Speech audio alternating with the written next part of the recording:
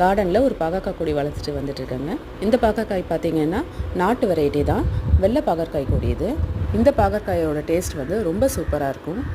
அதே மாதிரி இந்த காய் பார்க்கவும் ரொம்ப அழகாக இருக்கும். இந்த காயை பறித்து கையில் எடுத்து பார்த்தோன்னா இந்த காய்க்கு மேலே ஏதோ ஒரு வேக்ஸ் கோட்டிங் கொடுத்தா மாதிரி அவ்வளோ பளபளன்னு அவ்வளோ அழகாக இருக்கும்.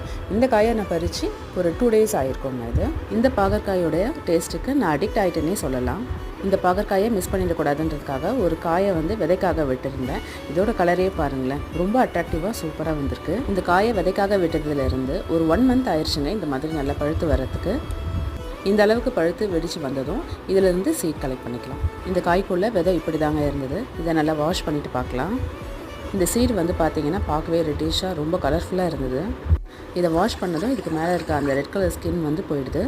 ஈரத்தன்மை இல்லாமல் இதை நல்லா காய வச்சு எடுத்துக்கோங்க. இதை நல்லா காஞ்சதும் ஒரு சிப்லாக் கவர்லேயோ இல்லை ஒரு பாக்ஸ்லேயோ போட்டு வச்சுக்கோங்க.